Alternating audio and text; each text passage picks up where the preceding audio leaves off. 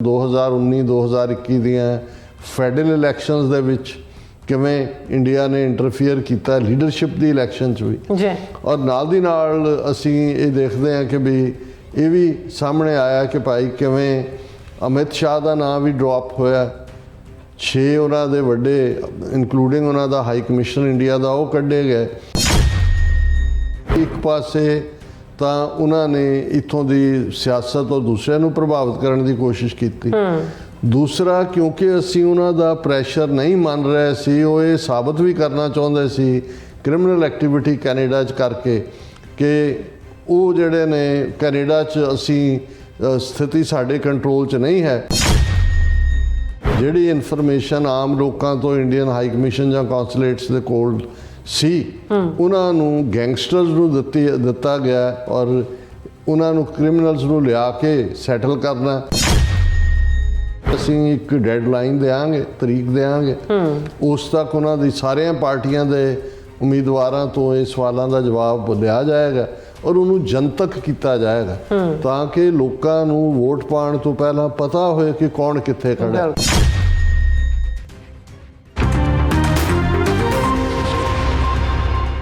ਵਾਹਿਗੁਰੂ ਜੀ ਕਾ ਖਾਲਸਾ, ਵਾਹਿਗੁਰੂ ਜੀ ਕੀ ਫਤਿਹ। ਅਸਲਾਮ ਵਾਲੇਕਮ, ਆਦਾਬ, ਅਰਜ਼ ਮਹਾਂ। ਤੁਹਾਡੀ ਹੋਸਟ ਨੀਲਮ ਕੌਰ ਤੇ ਮੈਂ ਟੀਵੀ 4 ਦੇ ਸਾਰੇ ਦਰਸ਼ਕਾਂ ਤੇ ਸਰੋਤਿਆਂ ਨੂੰ ਜੀ ਆਇਆਂ ਕਹਿੰਦੀ ਹਾਂ ਪ੍ਰੋਗਰਾਮ ਸੱਚੋ ਸੱਚ ਵਿੱਚ, ਜਿਹੜੇ ਇਸ ਪ੍ਰੋਗਰਾਮ ਨਾਲ ਦੇਸ਼ਾਂ ਵਿਦੇਸ਼ਾਂ ਤੋਂ ਜੁੜ ਚੁੱਕੇ ਨੇ। ਖਾਲਸਾ ਅਫੇਅਰ ਸੈਂਟਰ ਦੇ ਸੰਚਾਲਕ ਡਾਕਟਰ ਅਮਰਜੀਤ ਸਿੰਘ ਜੀ ਸਟੂਡੀਓ 'ਚ ਮੇਰੇ ਨਾਲ ਸ਼ਾਮਿਲ ਨੇ। ਉਹਨਾਂ ਨਾਲ ਗੱਲਬਾਤ ਕਰਕੇ ਅੱਜ ਦੇ ਅਹਿਮ ਇਸ਼ੂਜ਼ ਉੱਪਰ ਉਹਨਾਂ ਤੋਂ ਉਹਨਾਂ ਦਾ ਤਬਸਰਾ ਜਾਣਦੇ ਹਾਂ। ਜੀ ਡਾਕਟਰ ਸਾਹਿਬ, ਵਾਹਿਗੁਰੂ ਜੀ ਕਾ ਖਾਲਸਾ, ਵਾਹਿਗੁਰੂ ਜੀ ਕੀ ਫਤਿਹ। ਹਾਂ ਜੀ ਨੀਲਮ ਕੌਰ ਜੀ, ਤੁਹਾਨੂੰ ਵੀ ਤੇ ਦੁਨੀਆ ਭਰ 'ਚ ਬੈਠੇ ਸਾਡੇ ਬਹੁਤ ਹੀ ਪਿਆਰੇ ਸੋਹਣੇ ਸਿਆਣੇ ਟੀਵੀ 84 ਦੇ ਵਿਊਅਰਸ ਨੂੰ ਵੀ ਵਾਹਿਗੁਰੂ ਜੀ ਕਾ ਖਾਲਸਾ, ਵਾਹਿਗੁਰੂ ਜੀ ਕੀ ਫਤਿਹ। ਸਾਡੇ ਬਹੁਤ ਹੀ ਪਿਆਰੇ ਮੁਸਲਮਾਨ ਭੈਣਾਂ ਭਰਾਵਾਂ ਨੂੰ ਅਸਲਾਮ ਅਲੈਕਮ। ਗੰਗਾ ਜਮਨੀ ਤਹਿਜ਼ੀਬ ਦੇ ਹਿੰਦੂ ਤਵੀਆਂ ਨੂੰ ਨਮੋ ਨਮੇ। ਜੀ ਡਾਕਟਰ ਸਾਹਿਬ, ਜੀ ਆਇਆਂ ਨੂੰ ਪ੍ਰੋਗਰਾਮ ਸੱਚੋ ਸੱਚ ਵਿੱਚ। ਬਹੁਤ ਧੰਨਵਾਦ ਜੀ ਡਾਕਟਰ ਸਾਹਿਬ। ਅੱਜ 31 ਮਾਰਚ 2025 17 ਚੇਤ ਨਾਨਕਸ਼ਾਹੀ ਸੰਮਤ 557 ਦਾ ਦਿਨ ਹੈ ਤੇ ਡਾਕਟਰ ਸਾਹਿਬ ਪ੍ਰੋਗਰਾਮ ਸ਼ੁਰੂ ਕਰਨ ਤੋਂ ਪਹਿਲਾਂ ਅਸੀਂ ਪ੍ਰਦਰਸ਼ਕਾਂ ਤੇ ਸਰੋਤਿਆਂ ਨੂੰ ਹਮੇਸ਼ਾ ਤਰ੍ਹਾਂ ਦੱਸਦੇ ਵਿਊਅਰਸ, ਜੇ ਤੁਸੀਂ ਹੱਕ ਸੱਚ ਇਨਸਾਫ ਤੇ ਪੈਰਾ ਦਿੰਦਾ ਇੱਕੋ ਇੱਕ ਚੈਨਲ ਟੀਵੀ 84 ਨੂੰ ਦੇਖਣਾ ਚਾਹੁੰਦੇ ਹੋ ਤਾਂ ਤੁਸੀਂ ਦੇਖ ਸਕਦੇ ਹੋ ਸਪੈਕਟਰਮ ਕੇਬਲ, ਆਰਸੀਐਨ ਕੇਬਲ, ਪਰਫਨ ਕੈਨੇਡਾ, roku, ਜਾਦੂ ਬਾਕਸ, ਸ਼ਾਵਾ, ਫੇਸਬੁੱਕ, ਟੀਵੀ 84 ਦੀ ਐਪ ਰਾਹੀਂ online streaming and IP box ਤੇ ਤੁਸੀਂ ਟੀਵੀ 84 ਨੂੰ ਦੇਖ ਸਕਦੇ ਹੋ। ਵਿਊਅਰਸ, ਜੇ ਤੁਸੀਂ ਟੀਵੀ 84 ਨਾਲ ਜਾਂ ਪ੍ਰੋਗਰਾਮ ਸੱਚੋ ਸੱਚ ਨਾਲ ਫੇਸਬੁੱਕ ਰਾਹੀਂ ਜੁੜੇ ਹੋ ਤਾਂ ਇਸ ਨੂੰ ਵੱਧ ਲਾਈਕ ਕਰੋ ਤੇ ਸ਼ੇਅਰ ਕਰੋ ਅਤੇ ਨਾਲ ਹੀ YouTube ਤੇ ਸਬਸਕ੍ਰਾਈਬ ਵੀ ਕਰੋ। ਇਹ ਵੀ ਦੱਸ ਦਿਓ ਕਿ ਤੁਸੀਂ ਟੀਵੀ 84 ਦੀ ਐਪ ਨੂੰ ਐਂਡਰੋਇਡ ਐਂਡ ਐਪ ਸਟੋਰ ਤੇ ਡਾਊਨਲੋਡ ਕਰਕੇ ਜੋ ਟੀਵੀ 84 ਦੀ ਲਾਈਵ ਸਟ੍ਰੀਮ ਹੈ ਇਸ ਨੂੰ ਤੁਸੀਂ 24 ਆਵਰਸ ਦੇਖ ਸਕਦੇ ਹੋ। ਸੋ ਵਿਊਅਰਸ, ਪ੍ਰੋਗਰਾਮ ਦੀ ਸ਼ੁਰੂਆਤ ਕਰਨ ਜਾ ਰਹੇ ਹਾਂ ਅੱਜ ਦੀ ਸਪਾਂਸਰਸ਼ਿਪ ਦੇ ਵਾਲੇ ਨਾਲ ਔਰ ਅੱਜ ਦਾ ਆਪਾਂ ਪਹਿਲਾ ਪ੍ਰੋਗਰਾਮ ਕਰਨ ਜਾ ਰਹੇ ਹਾਂ ਇਸ ਵੀਕ ਦਾ। ਸੋ ਆਸ ਕਰਦੇ ਹਾਂ ਜਿਹੜਾ ਤੁਹਾਡਾ ਵੀਕਐਂਡ ਹੈ ਬਹੁਤ ਹੀ ਵਧੀਆ ਗੁਜ਼ਰਿਆ ਹੋਏਗਾ। ਸੋ ਵੀਕਐਂਡ ਦੇ ਹਵਾਲੇ ਨਾਲ ਤੇ ਕਰੰਟ ਇਸ਼ੂ ਦੇ ਹਵਾਲੇ ਨਾਲ ਆਪਾਂ ਗੱਲਬਾਤ ਕਰਨ ਜਾ ਰਹੇ ਹਾਂ ਔਰ ਪਹਿਲਾਂ ਆਪਣੇ ਪ੍ਰੋਗਰਾਮ ਦੀ ਸ਼ੁਰੂਆਤ ਕਰਦੇ ਹਾਂ ਅੱਜ ਦੀ ਸਪਾਂਸਰਸ਼ਿਪ ਦੇ ਵਾਲੇ ਨਾਲ ਕਿ ਅੱਜ ਦੇ ਪ੍ਰੋਗਰਾਮ ਸੱਚੋ ਸੱਚ ਨੂੰ ਸਪਾਂਸਰ ਕੀਤਾ ਗਿਆ ਕੈਲਗਰੀ ਤੋਂ ਸਰਦਾਰ ਨਵਤੇਜ ਸਿੰਘ ਜੀ ਹੋਰਾਂ ਵੱਲੋਂ। ਸੋ ਇਹਨਾਂ ਨੇ ਟੀਵੀ 84 ਦੀ ਸ਼ਲਾਘਾ ਤੇ ਸਪੋਰਟ ਕਰਨ ਲਈ ਕਿਹਾ ਹੈ ਔਰ ਨਾਲ ਹੀ ਜਿਸ ਤਰ੍ਹਾਂ ਕਿ ਸਿੱਖ ਕੌਮ ਦੀ ਚੜ੍ਹਦੀ ਕਲਾ ਦੀ ਅਰਦਾਸ ਵੀ ਕੀਤੀ ਹੈ। ਸੋ ਅੱਜ ਦੀ ਸਪਾਂਸਰਸ਼ਿਪ ਲਈ ਅਸੀਂ ਸਰਦਾਰ ਨਵਤੇਜ ਸਿੰਘ ਜੀ ਹੋਰਾਂ ਦਾ ਤਹਿ ਦਿਲ ਤੋਂ ਧੰਨਵਾਦ ਕਰਦੇ ਹਾਂ ਔਰ ਤੁਹਾਨੂੰ ਵੀ ਅਪੀਲ ਤੇ ਬੇਨਤੀ ਕਰਦੇ ਹਾਂ ਕਿ ਤੁਸੀਂ ਪ੍ਰੋਗਰਾਮ ਸੱਚੋ ਸੱਚ ਨੂੰ ਵੱਧ ਤੋਂ ਵੱਧ ਸਪਾਂਸਰ ਕਰੋ। ਸਪਾਂਸਰਸ਼ਿਪ ਲਈ ਤੁਸੀਂ ਸਾਨੂੰ ਕਾਲ ਕਰ ਸਕਦੇ ਹੋ ਸਾਡੇ ਫੋਨ ਨੰਬਰ ਤੇ 5166191984, ਸੇਮ ਨੰਬਰ ਤੇ WhatsApp ਕਰ ਸਕਦੇ ਹੋ। ਤੁਸੀਂ ਸਾਨੂੰ ਈਮੇਲ ਵੀ ਕਰ ਸਕਦੇ ਹੋ info@tv4.tv ਤੇ। ਸੋ ਵਿਊਅਰਸ, ਪਹਿਲੇ ਸੈਗਮੈਂਟ ਦੇ ਵਿੱਚ ਜਿਸ ਤਰ੍ਹਾਂ ਕਿ ਪਹਿਲਾਂ ਤੇ ਆਪਾਂ ਆਪਣੇ ਮੁਸਲਮਾਨ ਵੀਰ ਭੈਣਾਂ ਨੂੰ ਈਦ ਦੀਆਂ ਮੁਬਾਰਕਾਂ ਦੇ ਦਈਏ। ਸੋ ਟੀਵੀ 84 ਅਦਾਰਾ ਵੱਲੋਂ ਆਪਣੇ ਮੁਸਲਮਾਨ ਵੀਰ ਭੈਣਾਂ ਨੂੰ ਈਦ ਦੀਆਂ ਬਹੁਤ ਬਹੁਤ ਮੁਬਾਰਕਾਂ। ਵਾਹਿਗੁਰੂ ਤੁਹਾਨੂੰ ਚੜ੍ਹਦੀ ਕਲਾ ਵਿੱਚ ਰੱਖੇ ਔਰ ਤੁਸੀਂ ਹੱਸਦੇ ਰਹੋ, ਵਸਦੇ ਰਹੋ ਔਰ ਇਸੇ ਤਰ੍ਹਾਂ ਖਿੜੇ ਰਹੋ ਔਰ ਸਾਡੇ ਪ੍ਰੋਗਰਾਮ ਨਾਲ ਜੁੜੇ ਰਹੋ। ਸੋ ਸਭ ਨੂੰ ਬਹੁਤ ਬਹੁਤ ਮੁਬਾਰਕਾਂ। ਸੋ ਕੈਨੇਡਾ ਦੇ ਹਵਾਲੇ ਨਾਲ ਗੱਲਬਾਤ ਕਰਾਂਗੇ ਅੱਜ ਦੇ ਪਹਿਲੇ ਸੈਗਮੈਂਟ ਦੇ ਵਿੱਚ ਕਿ ਕੈਨੇਡਾ ਵਿੱਚ 28 ਅਪ੍ਰੈਲ ਨੂੰ ਚੋਣਾਂ ਹੋਣ ਜਾ ਰਹੀਆਂ ਨੇ ਔਰ ਜਿੱਥੇ ਕੈਨੇਡਾ ਵਾਸੀਆਂ ਲਈ ਅਮਰੀਕਾ ਨਾਲ ਵਪਾਰਕ ਰਿਸ਼ਤਿਆਂ ਨੂੰ ਲੈ ਕੇ ਇੱਕ ਭੰਬਲ ਭੁੱਸੇ ਵਾਲੀ ਹਾਲਤ ਹੈ, ਉੱਥੇ ਸਿੱਖ ਕੌਮ ਲਈ ਕੈਨੇਡਾ ਦੀਆਂ ਇਹਨਾਂ ਚੋਣਾਂ ਦੀ ਖਾਸ ਅਹਿਮੀਅਤ ਵੀ ਹੈ। ਸੋ ਕੈਨੇਡਾ ਵਿੱਚ ਭਾਰਤ ਸਰਕਾਰ ਦੀ ਅਪਰਾਧਿਕ ਦਖਲਅੰਦਾਜ਼ੀ ਇੱਕ ਮੁੱਖ ਵਿਸ਼ਾ ਹੈ ਔਰ ਯਾਦ ਰਹੇ ਪਿਛਲੇ ਵਰੇ Canada the public safety and national security ਨਾਲ ਸੰਬੰਧਿਤ ਪਾਰਲੀਮੈਂਟਰੀ ਕਮੇਟੀ ਸਾਹਮਣੇ ਪ੍ਰਾਈਮ ਮਿਨਿਸਟਰ ਜਸਟਿਨ ਟਰੂਡੋ ਨੇ ਮੰਨਿਆ ਸੀ ਕਿ ਭਾਰਤ ਕੈਨੇਡਾ ਵਿੱਚ ਸਿੱਖਾਂ ਦੇ ਖਿਲਾਫ ਕ੍ਰਿਮੀਨਲ ਦਖਲਅੰਦਾਜ਼ੀ ਕਰ ਰਿਹਾ ਹੈ। ਸੋ ਇਹਨਾਂ ਚੋਣਾਂ ਦੌਰਾਨ ਸਿੱਖ ਵੋਟਰਾਂ ਨੂੰ ਹਰ ਪਾਰਟੀ ਦੇ ਉਮੀਦਵਾਰ ਨੂੰ ਇਸ ਵਿਸ਼ੇ ਤੇ ਜਵਾਬਦੇਹ ਬਣਾਉਣਾ ਚਾਹੀਦਾ ਹੈ। ਸੋ ਇਸ ਸੰਬੰਧੀ ਸਿੱਖ ਫੈਡਰੇਸ਼ਨ ਕੈਨੇਡਾ ਵੱਲੋਂ ਜਾਰੀ ਕੀਤਾ ਗਿਆ ਇੱਕ ਸਵਾਲਨਾਮਾ ਜਿਹੜਾ ਬੜੀ ਅਹਿਮੀਅਤ ਰੱਖਦਾ ਹੈ, ਇਸ ਬਾਰੇ ਆਪਾਂ ਗੱਲਬਾਤ ਕਰਨ ਜਾ ਰਹੇ ਹਾਂ। ਸੋ ਅਸੀਂ ਚਾਹਾਂਗੇ ਕਿ ਤੁਸੀਂ ਇਸੇ ਤਰ੍ਹਾਂ ਬੜੇ ਰਹਿਣਾ ਦੇਖਣ ਸੁਣਨ ਲਈ ਤੁਹਾਡਾ ਸਭ ਦਾ ਬਹੁਤ-ਬਹੁਤ ਧੰਨਵਾਦ ਜੀ। ਡਾਕਟਰ ਸਾਹਿਬ ਕੀ ਵਿਚਾਰਾਂ ਨੇ? ਸਭ ਤੋਂ ਪਹਿਲਾਂ ਤਾਂ ਅੱਜ ਦੇ ਪ੍ਰੋਗਰਾਮ ਨੂੰ ਸਪਾਂਸਰ ਕਰਨ ਲਈ ਅਸੀਂ ਵੀਰ ਨਵਤੇਜ ਸਿੰਘ ਜਿਹੜੇ ਕੈਲਗਰੀ ਕੈਨੇਡਾ ਨਿਵਾਸੀ ਨੇ ਉਹਨਾਂ ਦਾ ਸ਼ੁਕਰੀਆ ਅਦਾ ਕਰਦੇ ਹਾਂ। ਔਰ ਜਿਵੇਂ ਅਸੀਂ ਰਿਪੀਟਡਲੀ ਆਪਣੇ ਪ੍ਰੋਗਰਾਮ 'ਚ ਇਹ ਕਹਿੰਦੇ ਹਾਂ ਕਿ ਭਾਈ ਤੁਹਾਡੀ ਸਪਾਂਸਰਸ਼ਿਪ, ਤੁਹਾਡੀ ਫਾਈਨੈਂਸ਼ੀਅਲ ਹੈਲਪ ਦੇ ਨਾਲ ਹੀ ਜਿਹੜਾ ਸਿੱਖ ਨੁਕਤਾ ਨਿਗਾਹ ਨੂੰ ਪ੍ਰਮੋਟ ਕਰਨਾ ਹੈ, ਖਾਲਿਸਤਾਨ ਦੇ ਕੌਜ਼ ਦੀ ਐਡਵੋਕੇਸੀ ਹੈ, ਆਪਣਿਆਂ ਨਾਲ ਵੀ ਔਰ ਆਈਡੀਆਜ਼ ਦੀ ਟਰਾਂਸਮਿਸ਼ਨ ਵੀ ਇਹ TV 84 ਦੇ ਪਲੇਟਫਾਰਮ ਰਾਹੀਂ ਹੀ ਸੰਭਵ ਹੋਈ ਹੈ। 12-13 ਸਾਲ ਪਹਿਲਾਂ ਇਸ ਡ੍ਰੀਮ ਨੂੰ ਸਾਕਾਰ ਕਰਨ ਦੇ ਲਈ ਜਿੱਥੇ ਡਾਕਟਰ ਰਣਜੀਤ ਸਿੰਘ ਔਰ ਦੂਸਰੇ ਵੀਰਾਂ ਦਾ ਬਹੁਤ ਵੱਡਾ ਯੋਗਦਾਨ ਹੈ, ਉੱਥੇ ਅਸੀਂ ਸਮਝਦੇ ਹਾਂ ਕਿ ਤੁਹਾਡੀ ਮਦਦ ਤੋਂ ਬਿਨਾਂ, ਕਿਉਂਕਿ ਜਦੋਂ ਤੁਸੀਂ ਇਸ ਕਿਸਮ ਦੇ ਪ੍ਰੋਜੈਕਟ ਨੂੰ ਹੱਥ ਪਾਉਂਦੇ ਹੋ, ਕਿਉਂਕਿ 4-5 ਸਾਲ ਤਾਂ ਇਸ ਦੀ ਬਣਤਰ ਦੇ ਵਿੱਚ ਹੀ ਲੱਗ ਗਏ, ਕਿਉਂਕਿ ਸਾਨੂੰ ਲੱਗਦਾ ਸੀ ਕਿ ਵੀ ਅਸੀਂ ਜਿਹੜਾ ਅਫੋਰਡ ਹੀ ਨਹੀਂ ਕਰ ਸਕਦੇ। ਫਿਰ ਗੁਰੂ ਨੇ ਇਸ ਕਿਸਮ ਦੇ ਹਾਲਾਤ ਬਣਾਏ, ਪੋਜ਼ਿਟਿਵਿਟੀ ਹੋਈ ਔਰ ਅਸੀਂ ਜਿਹੜਾ ਇਸ ਖਤਰੇ ਨੂੰ ਮੁੱਲ ਲਿਆ। ਔਰ ਇਹਦੇ 'ਚ ਕੋਈ ਸ਼ੱਕ ਨਹੀਂ ਹੈ ਕਿ ਡੇ ਟੂ ਡੇ ਬੇਸ 'ਤੇ ਰਨ ਕਰਨਾ ਕਈ ਵਾਰ ਜਿਹੜਾ ਇੱਕ ਵਰੀਸਮ ਵੀ ਹੈ, ਲੇਕਿਨ ਅਸੀਂ ਇਹ ਸਮਝਦੇ ਹਾਂ ਵੀ ਇਸ ਦੀ ਯੂਜ਼ਫੁਲਨੈਸ ਜਿੰਨੀ ਸ਼ਾਇਦ 12-13 ਸਾਲ ਪਹਿਲਾਂ ਸੀ ਉਸ ਤੋਂ ਵੀ ਕਿਤੇ ਵੱਧ ਹੋਣਾ, ਕਿਉਂਕਿ ਇਹਨਾਂ 2-3 ਸਾਲਾਂ ਦੇ ਵਿੱਚ ਜਿਵੇਂ ਸਾਰਾ ਪੋਲੀਟੀਕਲ ਲੈਂਡਸਕੇਪ ਭਾਰਤ ਦਾ ਰੋਗ ਸਟੇਟ ਦੇ ਤੌਰ ਦੇ ਉੱਤੇ ਇਮੇਜ ਔਰ ਖਾਲਿਸਤਾਨ ਦੇ ਮੁੱਦੇ ਦਾ ਇੰਟਰਨੈਸ਼ਨਲ ਪਲੇਟਫਾਰਮ ਦੇ ਉੱਤੇ ਆਉਣਾ ਔਰ ਇਸ ਨਾਲ ਜੁੜੀ ਹੋਈ ਈਵਨ ਫਾਈਵ ਆਈਜ਼ ਕੰਟਰੀਜ਼ ਦੀ ਦਿਲਚਸਪੀ ਔਰ ਕੈਨੇਡਾ ਦੇ ਜਸਟਿਨ ਟਰੂਡੋ ਨੇ ਤਾਂ ਇਸ ਮੁੱਦੇ ਦੇ ਉੱਤੇ ਮੈਂ ਜੇ ਕਹਾਂ ਕਿ ਆਪਣੇ ਕਰੀਅਰ ਨੂੰ ਵੀ ਦਾਅ 'ਤੇ ਲਾਇਆ ਤੇ ਇਹ ਕੋਈ ਅਤਕਥਨੀ ਨਹੀਂ ਹੋਏਗੀ। ਸੋ ਇਸ ਸਾਰੇ ਦੇ ਚੱਲਦਿਆਂ ਇਹ ਹੋਰ ਵੀ ਅਹਿਮ ਹੋ ਜਾਂਦਾ ਹੈ ਕਿ ਜਿੱਥੇ ਭਾਰਤ ਪੱਖੀ ਜਿਹੜੇ ਬੜੇ ਹਲਕੇ ਜਿਹੇ ਯੂਟਿਊਬਰਾਂ ਦੀ ਵੀ ਇੱਕ ਵੱਡੀ ਫੌਜ ਤੁਹਾਨੂੰ ਹੁਣ ਨਜ਼ਰ ਆਉਂਦੀ ਹੈ ਚਾਰ ਚੁਫੇਰੇ, ਕਿਸੇ ਗੱਲ ਨੂੰ ਇਧਰੋਂ ਖਿੱਚ ਕੇ ਉਧਰ ਨੂੰ ਲੈ ਜਾਂਦੇ ਨੇ, ਉਧਰੋਂ ਉਹਦਾ ਤੁਸੀਂ ਟਾਈਟਲ ਪੜ੍ਹੋਗੇ ਕੁਝ ਹੋਰ ਹੁੰਦਾ ਹੈ, ਦੇਖੋਗੇ ਉਹ ਟਾਈਟਲ ਨਾਲ ਸੰਬੰਧਿਤ ਕੁਝ ਵੀ ਨਹੀਂ ਹੁੰਦਾ, ਪਰ ਇਨ ਦਾ ਮੀਨ ਟਾਈਮ ਉਹਨਾਂ ਨੂੰ ਇੱਕ ਲਾਈਕ ਮਿਲ ਜਾਂਦੀ ਹੈ ਜਾਂ ਇੱਕ ਵਿਊਅਰ ਮਿਲ ਜਾਂਦਾ ਹੈ ਤੇ ਇਸ ਦੇ ਉੱਤੇ ਉਹਨਾਂ ਦੀ ਰੋਟੀ ਰੋਜ਼ੀ ਚੱਲਦੀ ਹੈ। ਸੋ ਇਸ ਸਾਰੇ 'ਚ ਬਹੁਤ ਸਾਰਾ ਜਿਹੜਾ ਗਲਤ ਬਿਆਨੀਆਂ ਵੀ ਜਿਹੜਾ ਹੈ, ਕਿਉਂਕਿ ਜਿਵੇਂ ਮੈਂ ਅਕਸਰ ਕਹਿੰਦਾ ਵੀ ਸੋਸ਼ਲ ਮੀਡੀਆ ਡਬਲ ਐਜਡ ਸੌਰਡ ਹੈ, ਦੋ ਧਾਰੀ ਤਲਵਾਰ ਹੈ। ਇੱਕ ਪਾਸੇ ਇਸ ਦੇ ਨਾਲ ਜਾਣਕਾਰੀ ਮੁਹੱਈਆ ਕਰਨਾ ਜਾਂ ਕਰਵਾਉਣਾ ਸੌਖਾ ਹੋਇਆ, ਪਰ ਨਾਲ ਦੀ ਨਾਲ ਮਿਸ ਇਨਫੋਰਮੇਸ਼ਨ ਡਿਸਇਨਫੋਰਮੇਸ਼ਨ ਦੇ ਥੱਲੇ ਉਹ ਦੁਸ਼ਮਣ ਦੇ ਕੋਲ ਵੀ ਉਹ ਵੈਪਨ ਜਿਹੜਾ ਉਹ ਤੁਹਾਡੇ ਤੇ ਵਾਰ ਕਰਨ ਲਈ ਹੈ। ਔਰ ਫਿਰ ਜਿਹੜੇ ਪਲੇਟਫਾਰਮ ਅੱਜ ਜ਼ਿਆਦਾ ਪੋਪੂਲਰ ਨੇ ਜਾਂ ਜਿਨ੍ਹਾਂ ਰਾਹੀਂ ਵੱਡੇ ਹੱਦ ਤੱਕ ਲੋਕਾਂ ਤੱਕ ਪਹੁੰਚਦਾ, ਉਹ YouTube ਹੋਏ, Facebook ਹੋਏ ਜਾਂ ਈਵਨ X ਹੋਏ,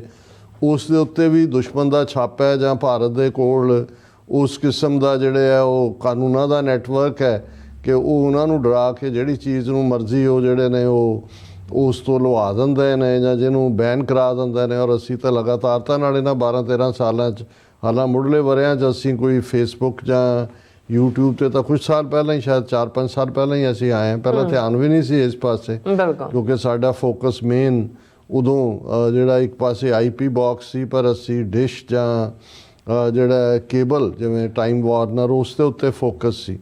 ਹੁਣ ਉਹ ਸਭ ਕੁਛ ਇਰਰੈਲੇਵੈਂਟ ਹੋ ਗਿਆ ਔਰ ਸੋਸ਼ਲ ਮੀਡੀਆ 'ਚ ਜਿਹੜਾ ਨੈਰੇਟਿਵ ਹੈ ਉਹ ਇੰਨਾ ਕਨਫਿਊਜ਼ਨ ਵਾਲਾ ਹੈ। ਔਰ ਜਿਨ੍ਹਾਂ ਨੇ ਇਹ ਪਿਛਲੇ ਪੀਰੀਅਡ ਨੂੰ ਹੀ ਮੋਨੀਟਰ ਕੀਤਾ ਹੈ, 2 ਦਸੰਬਰ ਨੂੰ ਜਿਹੜੇ ਹੁਕਮਨਾਮੇ ਜਾਰੀ ਅਕਾਲ ਤਖਤ ਤੋਂ ਹੋਏ ਇਹਨਾਂ ਸਾਰਿਆਂ ਦੇ ਲਈ, ਬਾਗੀ ਦਾਗੀ ਅਕਾਲੀ ਦੂਜੇ, ਉਹਨਾਂ ਤੋਂ ਲੈ ਕੇ ਜੇ ਹੁਣ ਤੱਕ ਨਾ 4 ਮਹੀਨਿਆਂ 'ਚ ਤੁਸੀਂ ਦੇਖੋ ਤੇ ਜਿੰਨਾ ਭੰਬਲ ਭੂਸਾ, ਜਿੰਨਾ ਨੈਰੇਟਿਵ, ਜਿਸ ਕਿਸਮ ਦਾ ਜਿਹੜਾ ਉਹ ਨੈਗੇਟਿਵ ਵਾਲਿਆਂ ਨੇ ਕੀਤਾ। ਫਿਰ ਇੱਕ ਉੱਥੇ ਉਹ ਕਲਾਸ ਵੀ ਹੈ ਜਿਹੜੇ ਅਦਰਵਾਈਜ਼ ਹੈਵੀ ਵੇਟ ਨੇ, ਉਹ ਸਮਝਦੇ ਨੇ ਇਸ਼ੂ ਨੂੰ,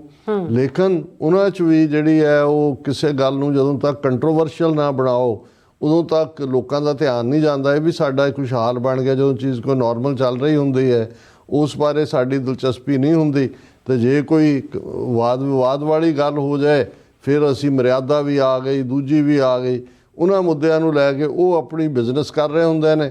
ਉਹ ਤੁਹਾਡੇ 'ਚ ਉਸ ਕਿਸਮ ਦੇ ਇਸ਼ੂ ਸੁੱਟ ਕੇ ਸਾਡੇ ਜਿਹੜੇ ਨੇ ਉਹਨਾਂ ਦੀ ਟਿਊਨ ਦੇ ਉੱਤੇ ਡਾਂਸ ਕਰ ਰਹੇ ਹੁੰਦੇ ਨੇ। ਸੋ ਅਸੀਂ ਕੋਈ ਸੈਲਫ ਪੈਟਿੰਗ ਨਹੀਂ ਹੈ ਕਿ ਵੀ ਬਹੁਤ ਹੋਰ ਵੀ ਬਹੁਤ ਸਾਰੇ ਵੀਰ ਭੈਣਾਂ ਇਸ ਪਾਸੇ ਆਪਣਾ ਰੋਲ ਅਦਾ ਕਰ ਰਹੇ ਨੇ, ਪਰ ਅਸੀਂ ਸਮਝਦੇ ਹਾਂ ਵੀ ਜੇ TV 84 ਦੀ ਯੂਜ਼ਫੁਲਨੈਸ ਜਾਂ ਉਸ ਦੀ ਲਾਭਦਾਇਕਤਾ ਜਾਂ ਉਸ ਦਾ ਜਿਹੜਾ ਉਹ ਉਸ ਦੀ ਹੋਂਦ ਗੁਣਕਾਰੀ ਲੱਗਦੀ ਹੈ ਜਾਂ ਫਾਇਦੇਮੰਦ ਹੈ ਜਾਂ ਇਸ ਨੂੰ ਜਿਹੜਾ ਕਾਇਮ ਰੱਖਣਾ ਹੈ, ਫਿਰ ਤੁਹਾਡੀ ਮਦਦ ਨਾਲ ਹੀ ਇਹ ਸੰਭਵ ਹੋਏਗਾ। ਨਹੀਂ ਤਾਂ ਮੈਂ ਫਿਰ ਬਾਕੀ ਫਿਲਮ ਦਾ ਬਲੈਂਕ ਛੱਡ ਦਿੰਦਾ। ਨਵਤੇਜ ਸਿੰਘ ਹੋਰਾਂ ਦਾ ਇੱਕ ਵਾਰ ਫਿਰ ਬਹੁਤ ਬਹੁਤ ਸ਼ੁਕਰੀਆ। ਬੇਸ਼ੱਕ ਮੈਂ ਫਰਾਈਡੇ ਜ਼ਿਕਰ ਕਰਨਾ ਚਾਹੁੰਦਾ ਸੀ ਈਦ ਉਲ ਫਿਤਰ ਬਾਰੇ, ਕਿਉਂਕਿ ਚੱਲ ਰਿਹਾ ਸੀ ਕੁਛ ਥਾਵਾਂ 'ਤੇ ਸੈਚਰਡੇ ਸੰਡੇ ਕੁਛ ਥਾਵਾਂ 'ਤੇ, ਲੇਕਿਨ ਬਹੁਤ ਸਾਰੀਆਂ ਥਾਵਾਂ 'ਤੇ ਜਿਵੇਂ ਨਿਊਯਾਰਕ 'ਚ ਜਾਂ ਹੋਰ ਮੁਲਕਾਂ 'ਚ ਮੰਡੇ ਦੇ ਹਵਾਲੇ ਨਾਲ ਹੀ ਈਦ ਮਨਾਈ ਗਈ, ਕਿਉਂਕਿ ਬੇਸ਼ੱਕ ਇੱਕ ਸੈਂਟਰਲ ਪਲੇਸ ਹੈ ਜਿਹਦੇ 'ਤੇ ਆਧਾਰਿਤ ਫੈਸਲਾ ਹੋ ਸਕਦਾ ਹੈ, ਲੇਕਿਨ ਮੈਂ ਇਸ ਡਿਬੇਟ 'ਚ ਨਹੀਂ ਜਾਵਾਂਗਾ ਕਿ ਵੀ ਇਹ ਜਿੱਥੇ ਜਿੱਥੇ ਜਿਹਨੂੰ ਜਦੋਂ ਚੰਦਰਮਾ ਨਜ਼ਰ ਆਉਂਦਾ ਹੈ ਉਹਦੇ ਨਾਲ ਹੀ ਈਦ ਦੀ ਹੋਂਦ ਜਿਹੜੀ ਹੈ ਉਹ ਸਥਾਪਿਤ ਹੁੰਦੀ ਹੈ। ਇਹੀ ਕਾਰਨ ਹੈ ਕਿ ਵੀ ਸਾਊਦੀ ਅਰੇਬੀਆ ਦੇ ਵਿੱਚ ਜਾਂ ਸਬ ਕੰਟੀਨੈਂਟ ਭਾਰਤ, ਪਾਕਿਸਤਾਨ, ਬੰਗਲਾਦੇਸ਼ ਕਈ ਵਾਰ ਇੱਕ ਦਿਨ ਦਾ ਜਾਂ ਕਈ ਵਾਰ ਸਾਡੇ ਇੱਥੇ ਪਹੁੰਚਦਿਆਂ ਤੱਕ ਤਾਂ ਉਹ 2 ਦਿਨ ਦਾ ਵੀ ਕਈ ਵਾਰ ਫਰਕ ਹੁੰਦਾ ਹੈ। ਪਰ ਅਸੀਂ ਆਪਣੇ ਲੈਵਲ ਦੇ ਉੱਤੇ ਬੀਤੇ ਕੱਲ੍ਹ ਜਿੰਨਾ ਸਾਡਾ ਦਾਇਰਾਕਾਰ ਸਾਡੇ WhatsApp ਗਰੁੱਪਸ 'ਤੇ ਜਾਂ ਦੂਜੇ ਨੇ ਉਹਨਾਂ ਸਾਰਿਆਂ ਦੇ ਨਾਲ ਈਦ ਦੀ ਮੁਬਾਰਕ ਸਾਂਝੀ ਕੀਤੀ ਸੀ ਔਰ ਬਹੁਤ ਸਾਰਿਆਂ ਦੇ ਬੜੇ ਹੌਸਲਾਕੁਨ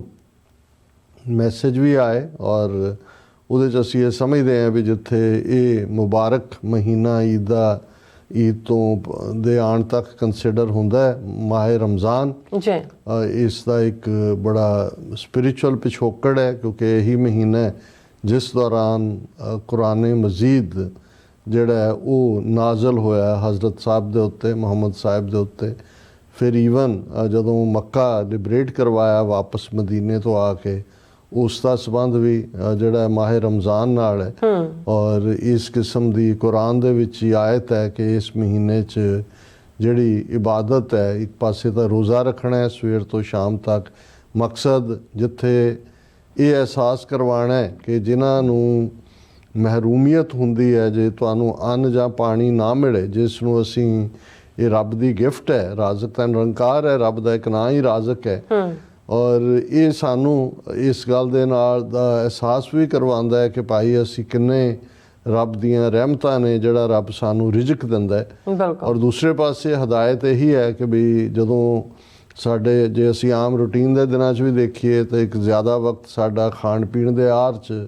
ਗੁਜ਼ਰ ਜਾਂਦਾ ਹੈ ਜਾਂ ਸੌਣ 'ਚ ਗੁਜ਼ਰਦਾ ਹੈ। ਸੋ ਇਹ ਅਲਰਟ ਹੋ ਕੇ ਸਾਵਧਾਨੀ ਦੇ ਨਾਲ ਖਾਣ ਪੀਣ ਦਾ ਫਿਕਰ ਛੱਡ ਕੇ ਅੱਲਾਹ ਤਾਲਾ ਰੱਬ ਦੀ ਇਬਾਦਤ ਦੇ ਨਾਲ ਜੁੜਨਾ, ਇਹ ਵੀ ਇਸ ਦਾ ਜਿਹੜਾ ਇੱਕ ਅਹਿਸਾਸ ਕਰਵਾਉਣਾ ਰੂਹਾਨੀਅਤ ਦਾ। ਔਰ ਜ਼ਾਹਰ ਹੈ ਕਿ ਇੱਕ ਭਾਈਚਾਰੇ ਦੇ ਰੂਪ ਦੇ ਵਿੱਚ ਜਦੋਂ ਈਦ ਦਾ ਦਿਨ ਹੁੰਦਾ ਹੈ, ਫਿਰ ਇੱਕ ਦੂਸਰੇ ਨੂੰ ਜਿਹੜਾ ਉਹ ਜੱਫੀ 'ਚ ਲੈ ਕੇ ਗਲੇ ਲੱਗ ਕੇ ਜਿਹੜਾ ਹੈ ਮੁਸਲਮਾਨ ਭਰਾ ਜਿਹੜੇ ਨੇ ਭੈਣਾਂ, ਉਹ ਈਦ ਮੁਬਾਰਕ ਔਰ ਇੱਕ ਖੁਸ਼ੀ ਦਾ ਇਜ਼ਹਾਰ ਹੁੰਦਾ ਹੈ। ਸੋ ਅਸੀਂ ਵੀ ਇਸ ਖੁਸ਼ੀ ਦੇ ਵਿੱਚ ਸ਼ਰੀਕ ਹੈ। ਸਿੱਖ ਧਰਮ ਦੇ ਨਾਲ ਇਸਲਾਮ ਦਾ ਇੱਕ ਡੂੰਘਾ ਸੰਬੰਧ ਹੈ ਔਰ ਅਕਸਰ ਅਸੀਂ ਇਹਨਾਂ 12-13 ਸਾਲਾਂ 'ਚ ਜਿੱਥੇ ਹੋਰ ਇੰਟਰਨੈਸ਼ਨਲ ਪੋਲੀਟਿਕਸ ਨੂੰ ਸਿੱਖ ਨੁਕਤਾ ਨਿਗਾਹ ਤੋਂ ਡਿਸਕਸ ਕੀਤਾ, ਉੱਥੇ ਸਾਡਾ ਇੱਕ ਇਹ ਹਮੇਸ਼ਾ ਫੋਕਸ ਵੀ ਰਿਹਾ ਕਿ ਜਿਹੜੀ ਕੁੜਿੱਤਣ 47 ਦੇ ਪਾਗਲਪਨ ਦੇ ਦੌਰ ਨੇ ਦੋਨੋਂ ਪੰਜਾਬਾਂ ਦੇ ਵਿੱਚ ਜਾਂ ਦੋਨੋਂ ਕੌਮਾਂ ਦੇ ਵਿੱਚ ਲਿਆਂਦੀ, ਜਾਂ ਜਿਹੜਾ ਨੈਰੇਟਿਵ ਸਾਡੇ ਦੁਸ਼ਮਣ ਨੇ, ਦਿੱਲੀ ਦਰਬਾਰ ਨੇ ਇਸ ਨੈਰੇਟਿਵ ਨੂੰ ਜਿਹੜਾ ਨਫ਼ਰਤ ਵਾਲਾ ਸੀ ਉਹਨੂੰ ਵਧਾਉਣ ਦੇ ਵਿੱਚ ਯੋਗਦਾਨ ਪਾਇਆ। ਅਸੀਂ ਇਹ ਠੀਕ ਹੈ ਕੁਝ ਚੀਜ਼ਾਂ ਹਿਸਟਰੀ ਦੀਆਂ ਸੱਚਾਈਆਂ ਨੇ, ਉਹ ਪਾਸਟ 18th ਸੈਂਚੁਰੀ ਹੋਏ, ਉਹ ਮੁਗਲ ਹੋਣ, ਅਫਗਾਨ ਹੋਣ ਜਾਂ ਨਾਦਰ ਸ਼ਾਹ ਹੋਏ, ਉਹਨਾਂ ਦੇ ਜ਼ੁਲਮਾਂ ਦੀ ਇੱਕ ਆਪਣੀ ਕਹਾਣੀ ਹੈ ਔਰ ਉਸ ਦਾ ਜਵਾਬ ਵੀ ਜਿਹੜਾ ਹੈ ਉਹ ਸਿੱਖਾਂ ਨੇ ਉਸ ਧਰਤੀ ਦੇ ਉੱਤੇ ਉਹਨਾਂ ਦੇ ਰਾਜ ਭਾਗ ਨੂੰ ਖ਼ਤਮ ਕਰਕੇ ਦਿੱਤਾ, ਜਿਸ ਪ੍ਰਥਾਏ ਸਾਈਂ ਬੁੱਲੇ ਸ਼ਾਹ ਨੇ ਕਿਹਾ ਕਿ ਭੂਰਿਆਂ ਵਾਲੇ ਰਾਜੇ ਕੀਤੇ, ਮੁਗਲਾਂ ਜ਼ਹਿਰ ਪਿਆਲੇ ਪੀਤੇ। ਪਰ ਇਹ ਇੱਕ ਹਿਸਟਰੀ ਹੈ ਜਿੱਥੋਂ ਤੱਕ ਮਜ਼ਹਬ ਦਾ ਤਾਲੁਕ ਹੈ, ਅਸੀਂ ਸਮਝਦੇ ਹਾਂ ਕਿ ਜਿਹੜੀ ਸਾਂਝ ਗੁਰੂ ਨਾਨਕ ਪਾਤਸ਼ਾਹ ਔਰ ਭਾਈ ਮਰਦਾਨੇ ਦੀ ਇੱਕ ਪਾਸੇ ਤੁਰਕੀ ਬਾਣੀ ਹੈ, ਇਲਾਹੀ ਬਾਣੀ ਹੈ, ਨਾਜ਼ਲ ਹੋਈ ਬਾਣੀ ਹੈ, ਦੂਸਰੇ ਪਾਸੇ ਭਾਈ ਮਰਦਾਨੇ ਦੀ ਰਬਾਬ ਹੈ ਔਰ ਉਹ ਵਰਿਆਂ ਦਾ ਸਫ਼ਰ ਹੈ ਉਦਾਸੀਆਂ ਦਾ। ਸੋ ਇਹ ਬਾਣੀ ਤੇ ਰਬਾਬ ਜਿਹੜੀ ਕੀਰਤਨ ਔਰ ਇਹ ਜਿਹੜੀ ਸਾਂਝ ਹੈ ਇਹ ਅਟੁੱਟ ਹੈ। ਬਿਲਕੁਲ। ਫਿਰ ਜਦੋਂ ਅਸੀਂ ਸਾਈਂ ਮੀਆਂ ਮੀਰ ਜਿਨ੍ਹਾਂ ਨੂੰ ਗੁਰੂ ਅਰਜਨ ਸਾਹਿਬ ਪਾਲਕੀ ਭੇਜ ਕੇ ਲਾਹੌਰ ਤੋਂ ਉਹਨਾਂ ਨੂੰ ਸਪੈਸ਼ਲ ਇਨਵਾਈਟ ਕਰਦੇ ਨੇ, ਉਹਨਾਂ ਤੋਂ ਸੰਗੇ ਬੁਨਿਆਦ ਰਖਵਾਇਆ ਜਾਂਦਾ ਹੈ ਹਰਿਮੰਦਰ ਸਾਹਿਬ ਦਾ, ਦਰਬਾਰ ਸਾਹਿਬ ਦਾ, ਇਹ ਉਸ ਦੀ ਜਿਹੜੀ ਹੈ ਅੱਗੇ ਉਸ ਦੀ ਕੜੀ ਤੁਰਦੀ ਹੈ। ਫਿਰ ਅਸੀਂ 10ਵੇਂ ਪਾਤਸ਼ਾਹ ਤੱਕ ਪਹੁੰਚਦੇ ਹਾਂ। ਉਹ ਪੀਰ ਬੁੱਧੂ ਸ਼ਾਹ ਤੇ ਉਹਨਾਂ ਦੇ ਪੁੱਤਰਾਂ ਮੁਰੀਦਾਂ ਦੀ ਸ਼ਹਾਦਤ ਹੈ, ਜਾਂ ਨਬੀ ਖਾਨ ਗਨੀ ਖਾਨ, ਜਾਂ ਸ਼ੇਰ ਮੁਹੰਮਦ ਖਾਨ ਮਲੇਰਕੋਟਲੇ ਦਾ ਮਾਰਿਆ ਹਾ ਦਾ ਨਾਰਾ ਹੈ, ਜਾਂ ਰਾਏ ਕੱਲਾ ਜਿਨ੍ਹਾਂ ਦੇ ਕੋਲ ਗੁਰੂ ਸਾਹਿਬ ਰਾਏਕੋਟ ਰੁਕੇ, ਉਹਨਾਂ ਦਾ ਗੁਰੂ ਸਾਹਿਬ ਦੇ ਲਈ ਕੀਤੀਆਂ ਸੇਵਾਵਾਂ ਨੇ। ਔਰ ਇਹ ਲਗਾਤਾਰਤਾ ਦੇ ਨਾਲ ਅਸੀਂ ਜੇ ਈਵਨ 18th ਸੈਂਚੁਰੀ 'ਚ ਜਾ ਕੇ ਦੇਖੀਏ ਕਿ ਜਦੋਂ ਸਾਂਝਾ ਰਾਜ ਪੰਜਾਬ ਦੇ ਵਿੱਚ ਮਹਾਰਾਜਾ ਰਣਜੀਤ ਸਿੰਘ ਦੀ ਅਗਵਾਈ ਥੱਲੇ ਸਰਕਾਰੇ ਖਾਲਸਾ ਜੀਓ ਸਥਾਪਿਤ ਹੁੰਦਾ, ਜਿਹੜਾ ਇੱਕ ਰੋਲ ਮਾਡਲ ਦੇ ਤੌਰ ਤੇ ਹੈ, ਜਿਹਦੇ 'ਚ ਮੁਸਲਮਾਨ, ਹਿੰਦੂ, ਈਵਨ ਯੂਰਪ ਦੇ ਈਸਾਈ ਵੀ ਬਰਾਬਰ ਦੇ, ਜਿੱਥੇ ਮੈਰੀਟੋਕ੍ਰੇਸੀ ਜਿਹਨੂੰ ਕਿਹਾ ਜਾਂਦਾ। ਇਹ ਵੱਖਰੀ ਕਹਾਣੀ ਹੈ ਕਿ ਹਿੰਦੂ ਡੋਗਰਿਆਂ ਨੇ ਔਰ ਮਿਸਰਾਂ ਨੇ ਲਾਲ ਸਿੰਘ ਤੇਜਾ ਸਿੰਘ ਨੇ ਕਿਵੇਂ ਗਦਾਰੀ ਕੀਤੀ, ਪਰ ਇਹ ਵੀ ਇੱਕ ਜਿਹੜਾ ਬਹੁਤ ਪੋਜ਼ਿਟਿਵ ਮਾਰਕ ਹੈ ਕਿ ਜਿਹੜੇ ਮੁਸਲਮਾਨ ਉਹ ਭਾਵੇਂ ਮਹਾਰਾਜਾ ਰਣਜੀਤ ਸਿੰਘ ਦੇ ਦਰਬਾਰ 'ਚ ਸਨ, ਫਕੀਰ ਅਜ਼ੀਜ਼ੁਦੀਨ ਵਰਗੇ ਉਹਨਾਂ ਦੇ ਭਰਾਤਾ ਜਿਹੜੇ ਹਾਇਰ ਪੋਸਟਾਂ 'ਤੇ ਸੀ, ਜਾਂ ਜਿਹੜੇ ਮੁਸਲਮਾਨ ਜਿਹੜੇ ਉਹਨਾਂ ਦੀ ਫੌਜ ਦੇ ਵਿੱਚ ਸਿੱਖ ਰਾਜ ਦੀ ਤੋਪਖਾਨੇ 'ਚ ਖਾਸ ਤੌਰ 'ਤੇ, ਜਿਸ ਪ੍ਰਥਾਏ ਸ਼ਾਹ ਮੁਹੰਮਦ ਨੇ ਕਿਹਾ ਸੀ ਕਿ ਮੇਵਾ ਸਿੰਘ ਤੇ ਮਾਖੇ ਖਾਂ ਹੋਏ ਸਿੱਧੇ, ਹੱਲੇ 3 ਫਰੰਗੀ ਦੇ ਤੋੜ ਸੁੱਟੇ। ਉੱਥੇ ਕੋਈ ਵੀ ਤੁਹਾਨੂੰ ਇੱਕ ਵੀ ਉਦਾਹਰਣ ਐਸੀ ਨਹੀਂ ਮਿਲਦੀ ਕਿ ਕਿਸੇ ਮੁਸਲਮਾਨ ਨੇ ਜਿਹੜਾ ਲਾਹੌਰ ਦਰਬਾਰ 'ਚ ਸੀ ਜਾਂ ਫੌਜ 'ਚ ਸੀ ਉਹਨੇ ਗੱਦਾਰੀ ਕੀਤੀ ਹੋਵੇ। ਸੋ ਇਹ ਬਹੁਤ ਵੱਡੀ ਗੱਲ ਹੈ ਕਿ ਜਦੋਂ ਅਸੀਂ ਇੱਕ ਸਦੀ ਪੂਰੀ 18ਵੀਂ ਸਦੀ 1699 ਤੋਂ 1799 ਤੱਕ ਇੱਕ ਪੂਰੀ ਜੰਗ ਚੱਲਦੀ ਹੈ ਆਪਣੀ ਆਜ਼ਾਦੀ ਦੀ, ਔਰ ਉਸ ਤੋਂ ਬਾਅਦ ਜਿਹੜੀ ਅਗਲੀ ਅੱਧੀ ਸਦੀ ਹੈ ਜਿਹੜਾ ਰਾਜ ਭਾਗ ਹੈ ਉਹਦੇ 'ਚ ਸਾਂਝ ਹੈ ਔਰ ਲਾਇਲਟੀ ਹੈ, ਵਫਾਦਾਰੀ ਹੈ। ਸੋ ਅੱਜ ਵੀ ਅਸੀਂ ਇਹ ਮਹਿਸੂਸ ਕਰਦੇ ਹਾਂ ਕਿ ਵੀ ਲੰਬਾ ਸਫ਼ਰ ਇਹਨਾਂ ਦੋਨਾਂ ਕੌਮਾਂ ਨੇ ਤੈਅ ਕੀਤਾ, ਜਿਸ ਦੇ ਵਿੱਚ 47 ਦਾ ਦੌਰ ਜਿਵੇਂ ਮੈਂ ਕਿਹਾ ਇੱਕ ਪਾਗਲਪਨ ਸੀ, ਪਰ ਇਹ ਇੱਕ ਜੇ ਬੇਸ਼ੱਕ ਜੂਨ 84 ਤੋਂ ਬਾਅਦ ਸਿੱਖਾਂ ਦੇ ਵਿੱਚ ਇੱਕ ਰੀਵਿਜ਼ਿਟਿੰਗ ਦਾ ਹਿਸਟਰੀ ਵਾਲਾ ਪਾਰਟ ਵੀ ਆਇਆ, ਗੁਆਂਢੀ ਮੁਲਕ 'ਚ ਪਨਾਹ ਲੈਣ ਕਰਕੇ ਜਿਹੜੀ ਇੱਕ ਨਵੀਂ ਅੰਡਰਸਟੈਂਡਿੰਗ ਉਹਨਾਂ ਦੇ ਸਿਸਟਮ 'ਚ ਵੀ ਆਈ। ਨਤੀਜੇ ਦੇ ਤੌਰ 'ਤੇ ਜਿਹੜਾ ਇੱਕ ਨਵਾਂ ਸੋਚ ਦਾ ਦਾਇਰਾਕਾਰ, ਔਰ ਇਸ ਅੱਜ ਦੀ ਜਿਸ ਸਟੇਜ ਦੇ ਉੱਤੇ ਪਾਕਿਸਤਾਨੀ ਸਟੇਟ ਦੇ ਨਾਲ ਸਿੱਖ ਕੌਮ ਦੀ ਰਿਲੇਸ਼ਨਸ਼ਿਪ ਹੈ, ਇਸ ਦੇ ਪਿੱਛੇ ਬਹੁਤ ਵੱਡਾ ਯੋਗਦਾਨ ਸਾਡੇ ਉਹਨਾਂ ਯੋਧਿਆਂ ਦਾ ਹੈ ਜਿਹੜਾ ਜੂਨ 84 ਤੋਂ ਬਾਅਦ ਜਿਨ੍ਹਾਂ ਨੇ ਉੱਥੇ ਪਨਾਹ ਲਈ। ਔਰ ਇਸ ਦੇ ਵਿੱਚ ਵੀ ਮੁਸਲਮਾਨ ਸੁਸਾਇਟੀ 'ਚ, ਪੰਜਾਬੀ ਸੁਸਾਇਟੀ 'ਚ ਜਿਹੜੇ ਹਮਦਰਦ ਸਨ ਸਿੱਖਾਂ ਦੇ, ਜਿਨ੍ਹਾਂ ਦਾ ਕਿਤੇ ਨਾ ਕਿਤੇ ਜਿਹੜਾ ਉਹ ਇੱਕ ਜਿੱਥੇ ਉਹ ਇਸਲਾਮ ਦੇ ਪ੍ਰਿੰਸੀਪਲ ਰਾਹੀਂ ਉਸ ਸਾਂਝ ਦੀ ਗੱਲ ਨੂੰ ਸਮਝਦੇ ਸੀ, ਉੱਥੇ ਕੋਈ ਸਾਂਝਾਂ ਦੀ ਗੱਲ ਵੀ ਸੀ। ਉਹਨਾਂ 'ਚ ਗੁਰਦੁਆਰਿਆਂ ਦੇ ਉੱਤੇ ਪਹਿਲਾਂ ਤਾਂ ਜਾਣਕਾਰੀ ਆਉਣਾ, ਜਿਨ੍ਹਾਂ ਦੇ ਵਿੱਚ ਇਲਿਆਸ ਘੁੰਮਣ, ਇਕਬਾਲ ਕੈਸਰ, ਉਹਨਾਂ ਨੇ ਮੁੱਢਲਾ ਕੰਮ ਕੀਤਾ ਗੁਰਦੁਆਰਿਆਂ ਦੀ ਸ਼ਨਾਖਤ, ਔਰ ਉਹਨਾਂ ਹਾਲਾਤਾਂ 'ਚ ਜਾ ਕੇ ਜਿੱਥੇ ਕੋਈ ਗੁਰਦੁਆਰੇ ਤਾਂ ਬੰਦ ਪਏ ਸੀ ਜਾਂ ਉੱਥੇ ਲੋਕ ਆ ਕੇ ਵਸ ਗਏ ਸੀ ਜਿਹੜੇ ਦੂਸਰੇ ਪੰਜਾਬ ਤੋਂ ਆਏ। ਔਰ ਇਹ ਹੌਲੀ ਫਿਰ ਗੁਰਦੁਆਰਾ ਸਾਹਿਬਾਨ ਦੀ ਸਾਂਭ ਸੰਭਾਲ ਨੂੰ ਲੈ ਕੇ ਫਿਰ 1999 ਤੱਕ ਪਹੁੰਚਦੇ ਹਾਂ। ਪਾਕਿਸਤਾਨ ਸਿੱਖ ਗੁਰਦੁਆਰਾ ਪ੍ਰਬੰਧਕ ਕਮੇਟੀ ਹੋਂਦ 'ਚ ਆਉਂਦੀ ਹੈ, ਗੁਰਦੁਆਰਿਆਂ ਵੱਲ ਹੋਰ ਧਿਆਨ ਜਾਂਦਾ ਹੈ। ਔਰ ਫਿਰ ਇੱਕ ਵੱਡਾ ਲੈਂਡਮਾਰਕ ਜਿਹੜਾ ਸਰ ਮੁਹੰਮਦ ਇਕਬਾਲ, ਜਿਨ੍ਹਾਂ ਨੂੰ ਅਸੀਂ ਇਕੱਲੇ ਉਹ ਮਸ਼ਰਕ ਦੇ ਵੱਡੇ ਸ਼ਾਇਰ ਨਹੀਂ ਨੇ, ਉਹ ਇਹਨਾਂ ਦੋਨਾਂ ਕੌਮਾਂ ਦੀ ਸਾਂਝ ਦੇ ਇੱਕ ਵੱਡੇ ਪ੍ਰਤੀਕ ਵੀ ਬਣਦੇ ਨੇ। ਔਰ ਉਹਨਾਂ ਦੀ ਨਜ਼ਮ ਨਾਨਕ ਜਿਹੜੀ ਬਾਂਗੇ ਦਰਾ 'ਚ ਹੈ, ਉਹ ਆਪਣੇ ਆਪ ਦੇ ਵਿੱਚ ਇਸ ਗੱਲ ਦਾ ਸਬੂਤ ਹੈ ਕਿ ਇਹ ਸਾਂਝ ਕੀ ਹੈ ਔਰ ਉਹਨਾਂ ਦੇ ਜਨਮ ਦਿਨ ਦੇ ਯੋਮੇ ਮੁਬਾਰਕ ਦੇ ਮੌਕੇ ਹੀ ਜਿਹੜਾ 9 ਨਵੰਬਰ ਨੂੰ ਦਿਨ ਬਣਦਾ ਹੈ 9 ਨਵੰਬਰ 2019 ਨੂੰ ਕਰਤਾਰਪੁਰ ਸਾਹਿਬ ਕੋਰੀਡੋਰ ਦਾ ਖੋਲ੍ਹਣਾ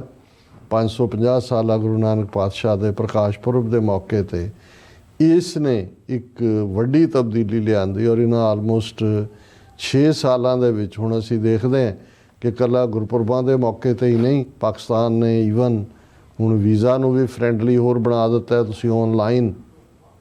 ਔਰ ਵਿਦਆਊਟ ਐਨੀ ਫੀ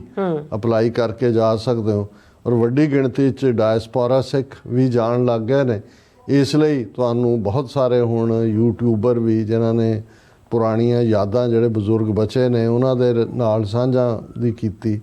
ਔਰ ਜਿੰਨਾ ਪਿਆਰ ਮੁਹੱਬਤ ਔਰ ਸਤਿਕਾਰ ਰਿਸਪੈਕਟ ਬਿਲਕੁਲ ਸਿੱਖਾਂ ਦੇ ਲਈ ਪਾਕਿਸਤਾਨ 'ਚ ਹੈ, ਇਹ ਜੇ ਤੁਸੀਂ ਉਹਨਾਂ ਵੀਡੀਓਜ਼ ਨੂੰ ਹੀ ਦੇਖੋ ਜਿਹੜੀਆਂ ਲਗਾਤਾਰਤਾ ਨਾਲ ਪੋਸਟ ਹੁੰਦੀਆਂ ਰਹਿੰਦੀਆਂ, ਉਹਨਾਂ ਦੁਨੀਆ 'ਚ ਕਿਤੇ ਨਹੀਂ ਹੈ। ਬਿਲਕੁਲ ਸੋ ਅਸੀਂ ਸਮਝਦੇ ਹਾਂ ਕਿ ਵੀ ਔਰ ਹੁਣ ਵੀ ਜਦੋਂ ਅਸੀਂ ਗੱਲ ਕਰ ਰਹੇ ਹਾਂ, ਬੇਸ਼ੱਕ ਪਿਛਲੇ ਕੱਲ੍ਹ ਵੀ ਜਿਹੜਾ ਸਾਡੇ ਵੀਰ ਸਨੀ ਸਿੰਘ ਜਿਹੜੇ ਕਿ ਸਾਰਾਗੜ੍ਹੀ ਜਿਹੜਾ ਬਿਲਕੁਲ North West Frontier Province Hangu district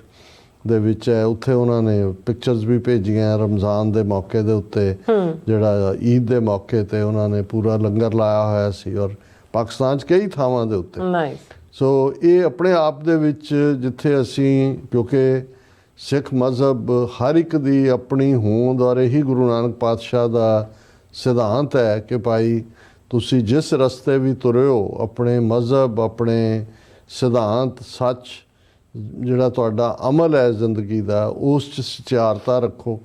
ਔਰ ਅਸੀਂ ਇਹ ਮੰਨ ਕੇ ਤੁਰਦੇ ਹਾਂ ਕਿ ਭਾਈ ਆਪੋ ਆਪਣੇ ਰਸਤੇ ਤੇ ਤੁਰ ਕੇ ਵੀ ਜੇ ਪੱਲੇ ਤੁਹਾਡੇ ਸੱਚ ਹੈ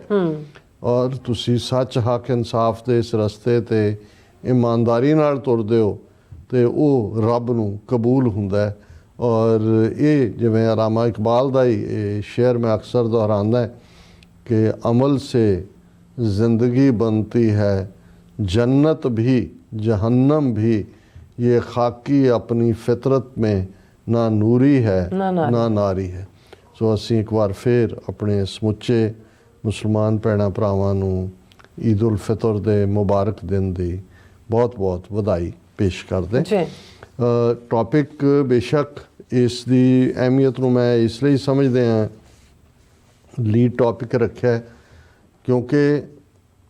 ਕੁਝ ਮੌਕੇ ਹੁੰਦੇ ਨੇ ਜਿੱਥੇ ਤੁਸੀਂ ਆਪਣੀ ਤਾਕਤ ਸ਼ੋਅ ਕਰਦੇ ਹੋ। ਬਿਲਕੁਲ। ਹਾਲਾਂਕਿ ਸਿੱਖ ਫੈਡਰੇਸ਼ਨ ਕੈਨੇਡਾ ਨੇ ਜਿਹੜਾ ਕੁਐਸਚਨੇਅਰ ਜਾਰੀ ਕੀਤਾ ਹੈ ਪਿਛਲੇ ਦਿਨਾਂ 'ਚ ਅਸੀਂ ਇਸ ਦੇ ਉੱਤੇ ਇੱਕ ਲੀਡ ਸੈਗਮੈਂਟ ਆਲਰੇਡੀ ਕੀਤਾ ਹੋਇਆ ਹੈ ਔਰ ਉਹਦੇ 'ਚ ਉਹਨਾਂ ਨੇ ਇਹ ਕੈਲਕੂਲੇਟ ਕੀਤਾ ਸੀ ਕਿ 30 ਪਾਰਲੀਮਾਨੀ ਹਲਕੇ ਕੈਨੇਡਾ 'ਚ ਐਸੇ ਨੇ ਜਿਨ੍ਹਾਂ ਦੇ ਵਿੱਚ ਹਾਰ ਜਿੱਤ ਦਾ ਫੈਸਲਾ ਸਿੱਖ ਵੋਟਰ ਕਰਦੇ ਨੇ ਔਰ ਬੇਸ਼ੱਕ ਜਿਵੇਂ ਇਸ ਵੇਲੇ ਲਿਬਰਲ ਪਾਰਟੀ ਜਿਸ ਬਾਰੇ ਲੱਗਦਾ ਸੀ ਕਿ ਵੀ ਇਹ ਤਾਂ ਲਾਸਟ ਕੇਸ ਹੈ ਔਰ ਕੰਜ਼ਰਵੇਟਿਵ ਮਿਸਟਰ ਪੀਅਰ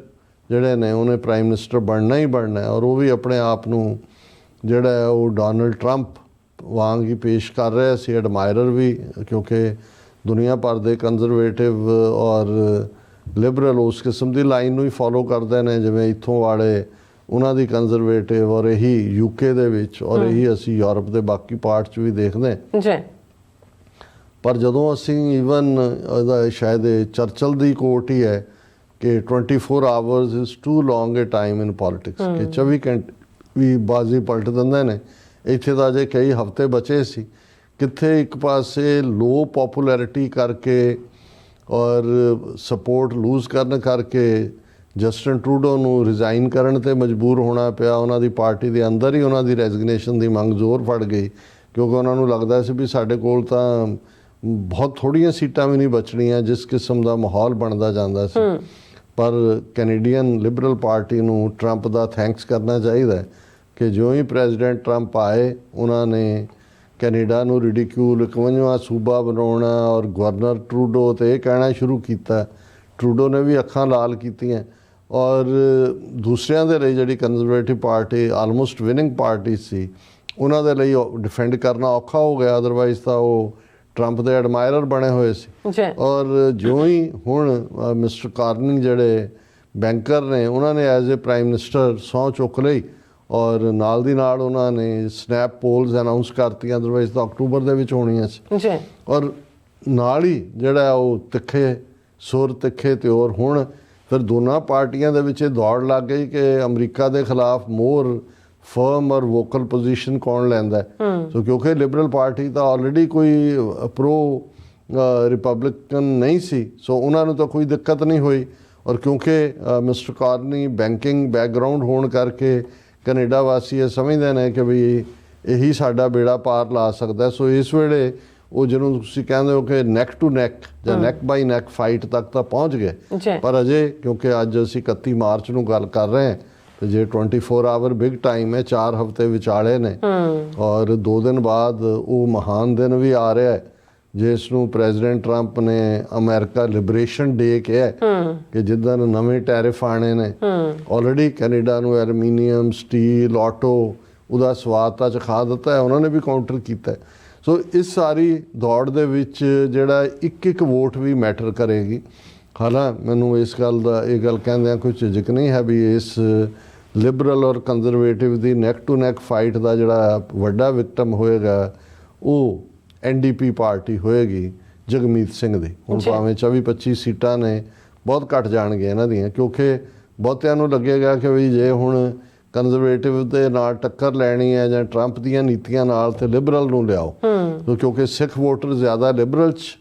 ਹੀ ਰਹੇ ਪਹਿਲਾਂ ਤੋਂ। ਹੁਣ ਜਗਮੀਤ ਸਿੰਘ ਦੇ ਆਉਣ ਨਾਲ ਜਾਂ ਬ੍ਰਿਟਿਸ਼ ਕੋਲੰਬੀਆ 'ਚ NDP ਦੀ ਹੋਂਦ ਰਹੀ ਹੈ, ਉਹਦੇ 'ਚ ਲੋਕਲ ਸਿੱਖ ਵੀ ਪਾਉਂਦੇ ਰਹੇ ਨੇ। ਸੋ ਇਹ ਇਹਨਾਂ ਦਾ ਹੋਏਗਾ। ਸੋ ਸਾਨੂੰ ਇਸ ਗੱਲ ਦੀ ਪ੍ਰਵਾਸੀ ਬਹੁਤ ਵਾਰੀ ਪਰਸਨਲ ਲਾਇਲਿਸਟ ਹੁੰਦੇ ਆ ਜਾਂ ਕਿਸੇ ਇੱਕ ਗੱਲ ਤੇ ਸਾਨੂੰ ਜਿਹੜੀ ਪੋਜੀਸ਼ਨ ਸਿੱਖ ਫੈਡਰੇਸ਼ਨ ਕੈਨੇਡਾ ਨੇ ਲਈ ਹੈ ਕਿ ਵੀ ਇਸ ਸਾਰੇ ਪੀਰੀਅਡ 'ਚ ਜਿਹੜਾ ਸਾਡਾ ਇਸ਼ੂ ਹੈ ਉਹ ਹਾਈਲਾਈਟ ਹੋਇਆ ਇੰਡੀਆ ਐਜ਼ ਏ ਰੋਗ ਸਟੇਟ ਔਰ ਦੂਸਰੇ ਪਾਸੇ ਸਿੱਖਾਂ ਦਾ ਇਸ਼ੂ ਖਾਲਿਸਤਾਨ ਦਾ ਮੁੱਦਾ ਰਡਾਰ ਸਕਰੀਨ ਤੇ ਆਇਆ। ਸੋ ਸਾਡਾ ਇਹ ਫਰਜ਼ ਹੈ ਕਿ ਵੀ ਅਸੀਂ ਹਰ ਕੈਂਡੀਡੇਟ ਭਾਵੇਂ ਉਹ ਕੰਜ਼ਰਵੇਟਿਵ ਦਾ ਹੈ, ਲਿਬਰਲ ਦਾ ਹੈ, NDP ਦਾ ਹੈ ਜਾਂ ਬਲਾਕ ਕਿਊਬੇਕੋਇਜ਼ ਵਾਲਿਆਂ 'ਚ ਵੀ ਭਾਵੇਂ ਮੌਂਟਰੀਆਲ ਜਾਂ ਦੂਜਿਆਂ 'ਚ ਕੋਈ ਬਹੁਤ ਜ਼ਿਆਦਾ ਸਾਡਾ ਨੰਬਰ ਨਹੀਂ ਹੈ, ਪਰ ਇਹ ਜਿਹੜੇ ਮੁੱਦੇ ਕੈਨੇਡਾ ਦੇ ਵਿੱਚ ਪ੍ਰੋਮੀਨੈਂਸ ਦੇ ਨਾਲ ਆਏ ਕਿਉਂਕਿ ਕੈਨੇਡਾ 'ਚ ਇਹ ਤਾਂ ਠੀਕ ਹੈ ਵੀ ਇਕੋਨਮੀ ਦੇ ਲਿਹਾਜ਼ ਨਾਲ ਜਿਹੜਾ ਲਿਬਰਲ ਪਾਰਟੀ ਦਾ ਅਪਰ ਐਜ ਹੋਏਗਾ ਇੱਕ ਬੈਂਕਰ ਲੈਡ ਔਰ ਇਹਨਾਂ ਦਿਨਾਂ 'ਚ ਉਹਨੇ ਕਾਫੀ ਟੈਕਸ ਵੀ ਕੱਟ ਕਰਨ ਦੀ ਕੋਸ਼ਿਸ਼ ਕੀਤੀ ਹੈ, ਹੋਰ ਵੀ ਸਸਤਾ ਕਰਨ ਦਾ ਕੀਤਾ ਤਾਂ ਕਿ ਇਹ ਹਰ ਇੱਕ ਨੂੰ ਇਹ ਜਿਹੜੀਆਂ ਚੋਣਾਂ ਦੇ ਨੇੜੇ ਆ ਕੇ ਜੋ ਆਫਰਸ ਦਿੱਤੀਆਂ ਜਾਂਦੀਆਂ ਨੇ ਇਹ ਪ੍ਰਭਾਵਿਤ ਕਰਦੀਆਂ ਨੇ। ਇਹ ਵੋਟਰ ਸਾਊਥ ਏਸ਼ੀਆ ਦਾ ਹੋਏ ਜਾਂ ਅਮਰੀਕਾ ਕੈਨੇਡਾ ਦਾ ਹੋਏ। ਪਰ ਇਹਦੇ 'ਚ 2-3 ਚੀਜ਼ਾਂ ਜਿਹੜਾ ਮੁੱਦਾ ਖਾਸ ਤੌਰ ਤੇ ਜਸਟਿਨ ਟਰੂਡੋ ਨੇ ਪਹਿਲਾਂ ਪਾਰਲੀਮੈਂਟ ਦੇ ਵਿੱਚ ਲਿਆਂਦਾ 18 ਸਤੰਬਰ 2023 ਨੂੰ ਇੰਡੀਆ ਵੱਲੋਂ ਟਰਾਂਸਨੈਸ਼ਨਲ ਰਿਪਰੈਸ਼ਨ ਦਾ, ਫਿਰ ਜਿਹੜੀ ਇਨਕੁਆਇਰੀ ਆਰਡਰ ਕੀਤੀ ਵਿਦਨ ਜਿਹੜਾ ਕੈਨੇਡਾ ਦੀ ਪਾਰਲੀਮੈਂਟਰੀ ਕਮੇਟੀ ਹੈ public safety and national security ਜਿਹੜੀ ਪਿਛਲੇ ਸਾਲ ਹੋਈ ਜਿਹਦੇ ਸਾਹਮਣੇ ਜਿਹੜਾ ਟੈਸਟੀਫਾਈ ਕ੍ਰਾਸ ਐਗਜ਼ਾਮਿਨ ਕਰਨ ਦੇ ਲਈ ਜਿਹੜਾ ਉਹ ਸਾਰੇ ਪੇਸ਼ ਹੋਏ ਜਿਹਦੇ 'ਚ ਉਹਨਾਂ ਦੀ ਸਾਰੀਆਂ ਜਿਹੜੀਆਂ ਬਾਡੀਜ਼ ਨੇ ਉਹ RCMP ਹੋਏ, ਸੀਸਸ ਹੋਏ ਔਰ ਦੂਸਰੀਆਂ ਨੇ ਆਪਣਾ ਆਪ ਜਿਹੜਾ ਉਹ ਲਿਆਂਦਾ ਔਰ ਜਸਟਿਨ ਟਰੂਡੋ ਖੁਦ ਵੀ ਜਿਹੜੇ ਨੇ ਉਸ ਬਾਡੀ ਦੇ ਸਾਹਮਣੇ ਪੇਸ਼ ਹੋਏ ਔਰ ਉਹਦੇ ਜਿਹੜੇ ਉਹਨਾਂ ਨੇ ਇਨਕਸ਼ਾਫ ਕੀਤੇ। ਸਾਡੇ ਕੋਲ ਸਿੱਖ ਫੈਡਰੇਸ਼ਨ UK ਦੀ ਕਟਸੀ ਓਰੀਜਨਲ ਉਹਦੀਆਂ ਸਾਊਂਡ ਕਲਿੱਪਸ ਨੇ ਔਰ ਉਸ ਜਿਹੜੀ ਇਹ committee parliamentary committee public safety and national security ਦੀ ਆਈ ਉਹਦੇ 'ਚ 2 ਸਿੱਖ ਕਿਉਂਕਿ ਇਹ ਇੱਕ ਪਾਸੇ ਜਸਟਿਸ ਹੌਕ ਕਮਿਸ਼ਨ ਜਿਹੜਾ ਜਿਹਦੀ 193 ਪੇਜ ਦੀ ਰਿਪੋਰਟ ਆਈ ਇਸੇ ਤੇ ਹੀ ਬੇਸਡ ਇਹ ਸਾਰੀ ਜਿਹੜੀ ਪਾਰਲੀਮੈਂਟਰੀ ਕਮੇਟੀ ਦੀ ਰਿਪੋਰਟ ਸੀ ਔਰ 2 ਸਿੱਖ ਨੁਮਾਇੰਦੇ ਸਿੱਖ ਫੈਡਰੇਸ਼ਨ ਦੇ ਭਾਈ ਮਨਿੰਦਰ ਸਿੰਘ ਜਿਹੜੇ ਬ੍ਰਿਟਿਸ਼ ਸਿੱਖ ਗੁਰਦੁਆਰਾ ਕੌਂਸਲ ਨੂੰ ਰਿਪਰੈਜ਼ੈਂਟ ਕਰਦੇ ਸੀ ਔਰ ਪ੍ਰਭਜੋਤ ਸਿੰਘ ਜਿਹੜੇ ਵਰਲਡ ਸਿੱਖ ਆਰਗੇਨਾਈਜੇਸ਼ਨ ਨੂੰ ਰਿਪਰੈਜ਼ੈਂਟ ਕਰਦੇ ਸੀ। ਸੋ ਇਹਨਾਂ ਨੇ ਜਿਹੜਾ ਉਹ ਆਪਣੀ ਬਰੀਫਿੰਗ ਵੀ ਦਿੱਤੀ। ਉਹਦੇ ਵਿੱਚ ਭਾਈ ਮਨਿੰਦਰ ਸਿੰਘ ਹੋਰਾਂ ਦੀ ਬਰੀਫਿੰਗ ਦੀ ਕਲਿੱਪਿੰਗ ਵੀ ਸਾਡੇ ਕੋਲ ਹੈ ਜਿਹੜੀ ਕਿ ਅਸੀਂ ਟੁਵਰਡਸ ਦਾ ਐਂਡ ਆਫ ਦਾ ਇਸ ਸੈਗਮੈਂਟ ਦਿਖਾਵਾਂਗੇ। ਔਰ ਪ੍ਰਭਜੋਤ ਸਿੰਘ ਜਿਨ੍ਹਾਂ ਨੇ ਜਸਟਿਨ ਟਰੂਡੋ ਨੂੰ ਕ੍ਰਾਸ ਐਗਜ਼ਾਮਿਨ ਕੀਤਾ ਜਿਹਨੂੰ ਅਸੀਂ ਜਿਰਾ ਕਹਿੰਦੇ ਆ ਅਦਾਲਤੀ ਲੈਂਗੁਏਜ ਦੇ ਵਿੱਚ ਔਰ ਬੜਾ ਜ਼ਬਰਦਸਤ ਪ੍ਰੈਜੈਂਟੇਸ਼ਨ ਸੀ। ਔਰ ਜਸਟਿਨ ਟਰੂਡੋ ਨੇ ਹਾਲਾਂਕਿ ਪੋਲੀਟੀਸ਼ੀਅਨਸ ਜਿਹੜੇ ਨੇ ਕਈ ਵਾਰ ਇਹ ਬਾਇਸ ਨਹੀਂ ਇਹ ਐਕੂਜ਼ੇਸ਼ਨ ਨਹੀਂ ਲੈਣਾ ਚਾਹੁੰਦੇ ਵੀ ਉਹਨਾਂ 'ਚ ਕੋਈ ਬਾਇਸ ਸੀ ਜਾਂ ਦੂਜਾ, ਪਰ ਜਸਟਿਨ ਟਰੂਡੋ ਨੇ ਗੱਲ ਸਾਰੀ ਉਹ ਕਹਿ ਦਿੱਤੀ ਜਿਹੜੀ ਗੱਲ ਅਸੀਂ ਇਸ ਪਲੇਟਫਾਰਮ ਤੋਂ ਕਹਿੰਦੇ ਰਹੇ ਹਾਂ ਲਗਾਤਾਰਤਾ ਨਾਲ ਕਿ ਭਾਈ ਇੰਡੀਆ ਉਹ ਕੈਨੇਡਾ ਦੇ ਵਿੱਚ ਕਿਵੇਂ ਉਹਨੇ ਜੜ੍ਹਾਂ ਲਾਈਆਂ, ਕਿਵੇਂ ਉਹ ਜ਼ਿੰਮੇਵਾਰ ਹੈ। ਔਰ ਖ਼ਾਸ ਤੌਰ ਤੇ ਜਦੋਂ ਇੱਕ ਸਿਟਿੰਗ ਪ੍ਰਾਈਮ ਮਿਨਿਸਟਰ ਵੱਲੋਂ ਇਹ ਪਾਰਟ ਆਉਂਦਾ ਹੈ ਕਿ ਵੀ ਜਦੋਂ ਉਹਨਾਂ ਨੂੰ ਪੁੱਛਿਆ ਜਾਂਦਾ ਹੈ ਔਰ ਉਸ ਕਲਿੱਪ ਦੇ ਵਿੱਚ ਕਿ ਵੀ ਤੁਸੀਂ ਕੀ ਸਮਝਦੇ ਹੋ ਕਿ ਵੀ ਇਹ ਇੰਡੀਆ ਨੇ ਜਿਹੜਾ ਜਾਂ ਦੂਜਾ ਕਿਉਂ ਕੀਤਾ, ਉਹਨਾਂ ਨੇ ਕਿਹਾ ਵੀ ਇੱਕ ਪਾਸੇ ਤਾਂ ਉਹਨਾਂ ਨੇ ਇੱਥੋਂ ਦੀ ਸਿਆਸਤ ਔਰ ਦੂਸਰਿਆਂ ਨੂੰ ਪ੍ਰਭਾਵਿਤ ਕਰਨ ਦੀ ਕੋਸ਼ਿਸ਼ ਕੀਤੀ, ਦੂਸਰਾ ਕਿਉਂਕਿ ਅਸੀਂ ਉਹਨਾਂ ਦਾ ਪ੍ਰੈਸ਼ਰ ਨਹੀਂ ਮੰਨ ਰਹੇ ਸੀ, ਉਹ ਇਹ ਸਾਬਤ ਵੀ ਕਰਨਾ ਚਾਹੁੰਦੇ ਸੀ ਕ੍ਰਿਮੀਨਲ ਐਕਟੀਵਿਟੀ ਕੈਨੇਡਾ 'ਚ ਕਰਕੇ ਕਿ ਉਹ ਜਿਹੜੇ ਨੇ ਕੈਨੇਡਾ 'ਚ ਅਸੀਂ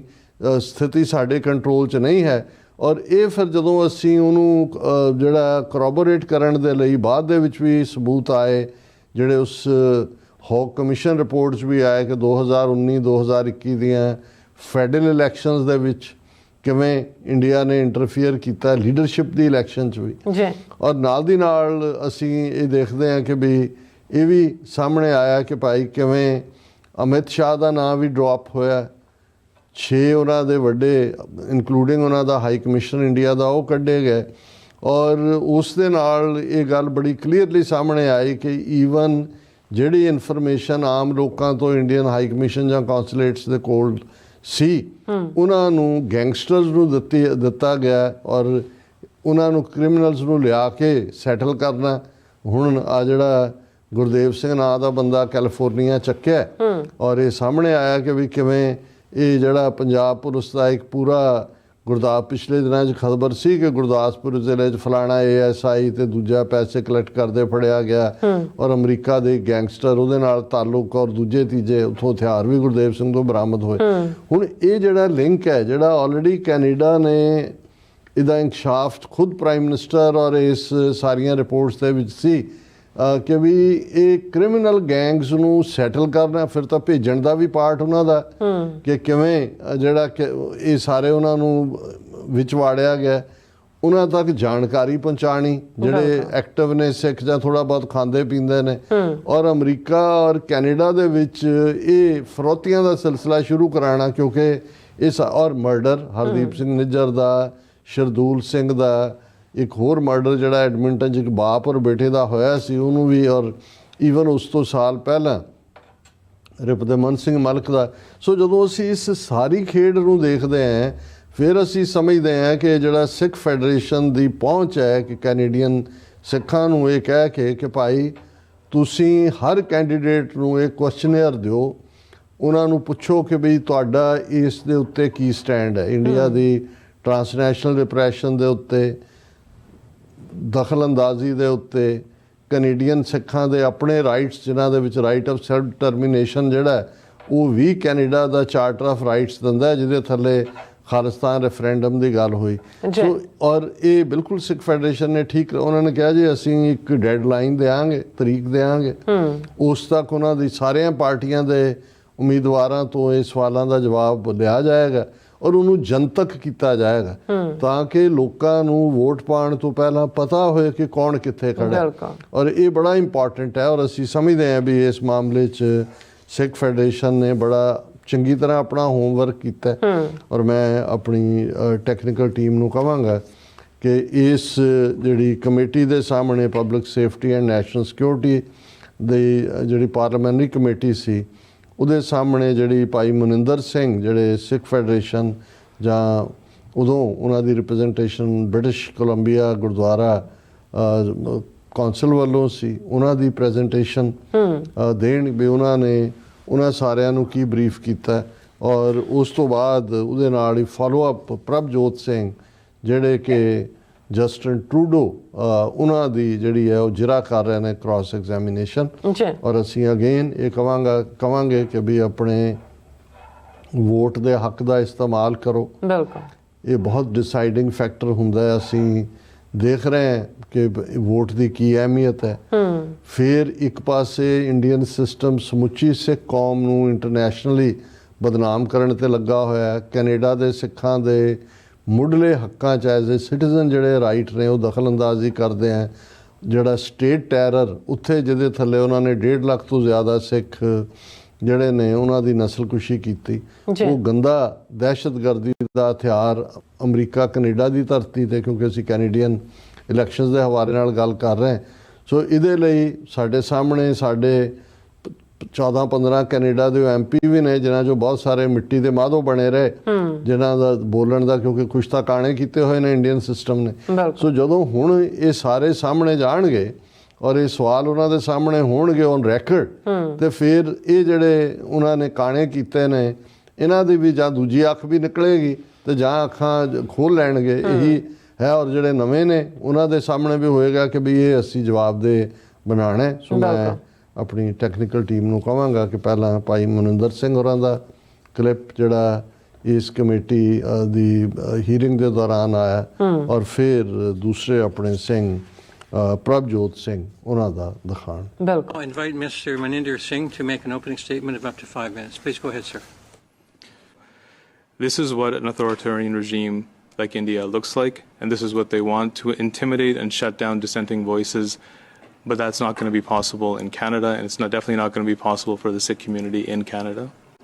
Transnational repression tactics include assassinations, attempts, threats, and intimidation of Sikh activists. The assassination of Bhai Hardeep Singh Nijjar is a blatant example of how deeply India has penetrated into Canada, not only with the assassinations, but undermining of general elections, nominations for candidates in political parties, all the way to leadership races, and in that sphere as well.